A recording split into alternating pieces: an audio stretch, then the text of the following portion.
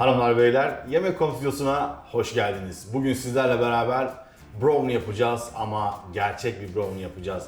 Birçok yerde artık bu ıslak kekle brownie birbirine girmeye başladı. Gelin şu temel brownie işini çözelim. Ondan sonra siz isterseniz içerisine kuru meyveler, vişneler, cevizler, fındıklar ne isterseniz üstüne ekstra çikolata vesaire. Ama ben öncelikle size temeli nasıl oluyor onu anlatacağım. Şimdi şekerli yumurtayı çırparak başlayalım. 3 tane iri yumurtam var burada. Eğer yumurtalarınız küçükse 4 adet kullanabilirsiniz. Yaklaşık 240 gram ya da 1,5 su bardağı kadar da toz şekerim var. Bunları iyice köpürteceğiz.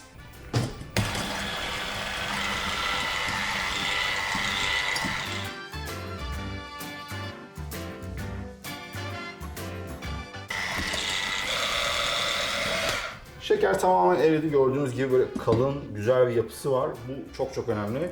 Şimdi sıra geldi benim erittiğimiz çikolatalara.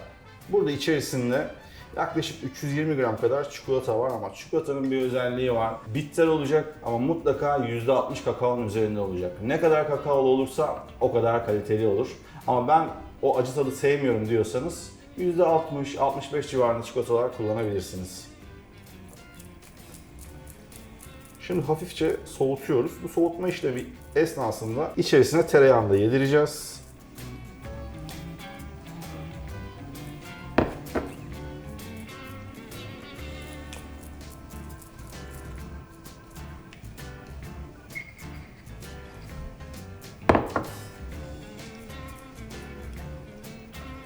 Burada tereyağı kaybolana kadar karıştırıyoruz. Çünkü burada yaptığımız işlemin asıl amacı çikolatanın birazcık ılınması. Sıcak olarak yumurtanın üzerine eklersek orada ufak bir böyle kesilme, yumurtanın yapısını değiştirme durumu olabilir. O nedenle her şeyin oda sıcaklığında olması çok önemli.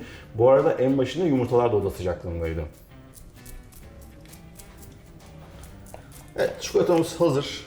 Gördüğünüz gibi böyle parlak, inanılmaz pürüzsüz, neredeyse böyle kadife gibi akıyor.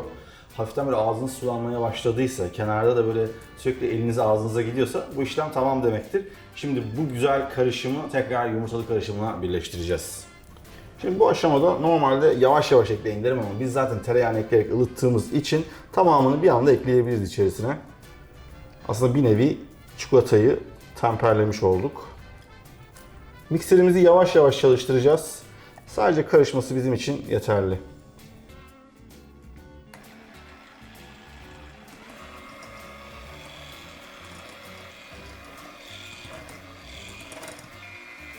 Evet, bu kadar karıştırmak yeterli. Çok fazla karıştırmıyoruz çünkü birazdan zaten spatula ile de harmanlayacağız. Şimdi artık içerisine unumuzu ve kakaomuzu da ekleyebiliriz. Eleğimizi aldık. İçerisine yaklaşık 90-100 gram kadar bir su bardağından böyle bir serçe parmağı eksik kadar un koydum. Tam ölçüsü aslında 93 gram bu arada. Tam ölçüsü merak edenler için. Bir paket vanilin ekledim. Yarım çay kaşığı tuz. Bu tarifin olmazsa olmazı tuz çünkü çok yoğun bir çikolata kullanıyoruz. Tadını biraz kırması için o tuza ihtiyacımız var. Yaklaşık 2 yemek kaşığı kadar da 25 gram civarında da kakao ekliyoruz. Bunu eleyerek ekleyeceğiz içerisine. Bakın kakaoda böyle granüller kaldı. Elemeseydik hep içerisinde kalacaklardı. Ve bundan sonrası sadece spatula ile alttan yukarı doğru havalandırarak karıştırmak. Burada bu işlemi spatula ile yapmamızın bir sebebi var. Çünkü mikserle yaptığımız zaman içerisi çok sıkışık olacaktır ve keke doğru yaklaşır. Ama böyle içerisi daha nemli, çikolata katmanı ganaj gibi ortada kalır ve böylelikle güzel bir brownie'miz olur. Şöyle ara ara tabana bakıyoruz. Artık un ve kakao karışımını görmediğimiz anda karıştırmayı bırakacağız. Son bir kez bakalım ve artık brownie harcımız hazır. Fırına girebilir bir tane cam kabımız var. Ben şöyle ufak bir dikdörtgen kullanıyorum. Bu aşağı yukarı 27'ye 23 gibi. Çok kalın olsun istiyorsanız daha ufak kare kalıplar da kullanabilirsiniz. Daha ince olsun istiyorsanız da daha büyük kalıplar kullanabilirsiniz. Benimkisi tam böyle orta boy. Normal böyle pastanelerde gördüğünüz bir dilim gibi çıkacak. Şimdi kabımızı hem yağlayacağız hem de yağlı kağıt sereceğiz. Yağın fazlasını bir peçete yardımıyla mutlaka alıyoruz. Ama bu peçeteyi atmayın. Birazdan tekrar yağlı kağıtların içerisini de yağlayacağız. Orada da ihtiyacımız olacak. Yağlı kağıdımızı iki parça halinde kullanacağız. Tam ortadan bölsek işimizi görür. Şuradan kesebiliriz.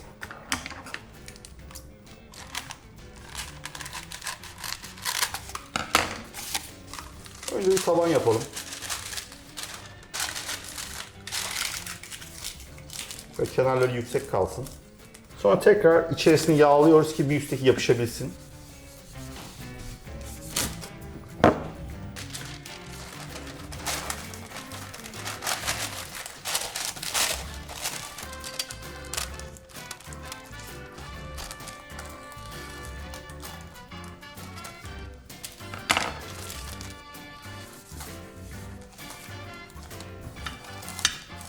Kalıbımızın son kez iç kısmını da yağladık. Yağlama işlemi bitti. Yağlama işlemi burada kekimiz birazcık sıvı kıvamlı olduğu için soğuyana kadar onu tutacaktır. Ondan sonra kolayca çıkarmamızı sağlayacak. Tamamen yapışmayan bir tepsiniz varsa hiç problem değil ama bunun gibi cam kaplara çok kolaylıkla yapışabiliyor. O nedenle mutlaka her tarafını yağlı kağıtla ve hafif yağlayarak kapatın.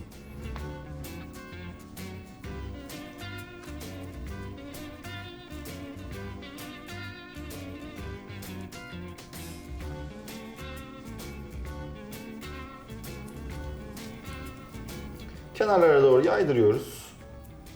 Çok hafif de kabaracaktır zaten ama brown olduğu için böyle kek gibi kabarmasını beklemeyin.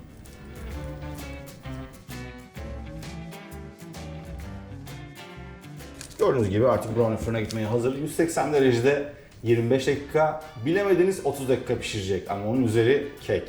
Onun öncesi brownie.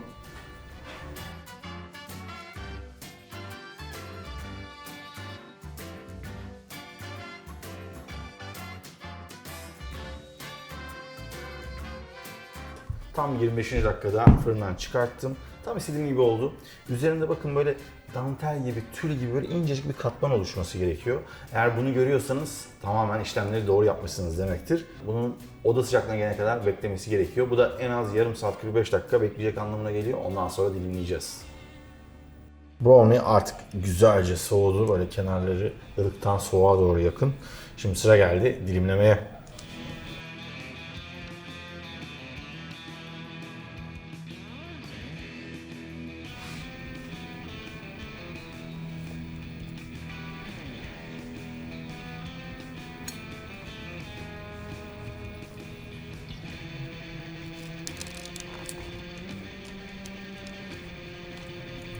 Of, acayip güzel. Şöyle size içini göstereyim. İçi böyle bastırdığınız zaman sanki böyle ganaja bastırıyormuşsunuz gibi. Böyle parlak. Üstü böyle tül, dantel gibi çıtır çıtır. Tabanı o kadar güzel pişmiş ki inanılmaz, inanılmaz. Muazzam kokuyor. İşte bir brownie buna benzemeli. Bundan sonrasında içine ne isterseniz en başına söylediğim gibi. Ben buna kahve ve cevizi çok yakıştırıyorum. Daha fazla söze gerek yok. Ben bunu yerim.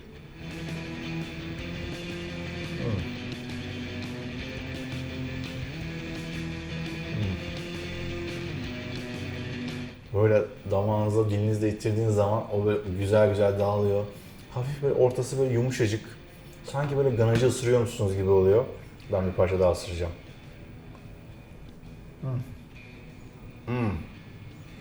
Keşke tadını size daha da güzel anlatabilsem ama kelimelerim burada sınırlanıyor. Çünkü şu anda ağzım inanılmaz böyle lezzetlerle coşmuş vaziyette.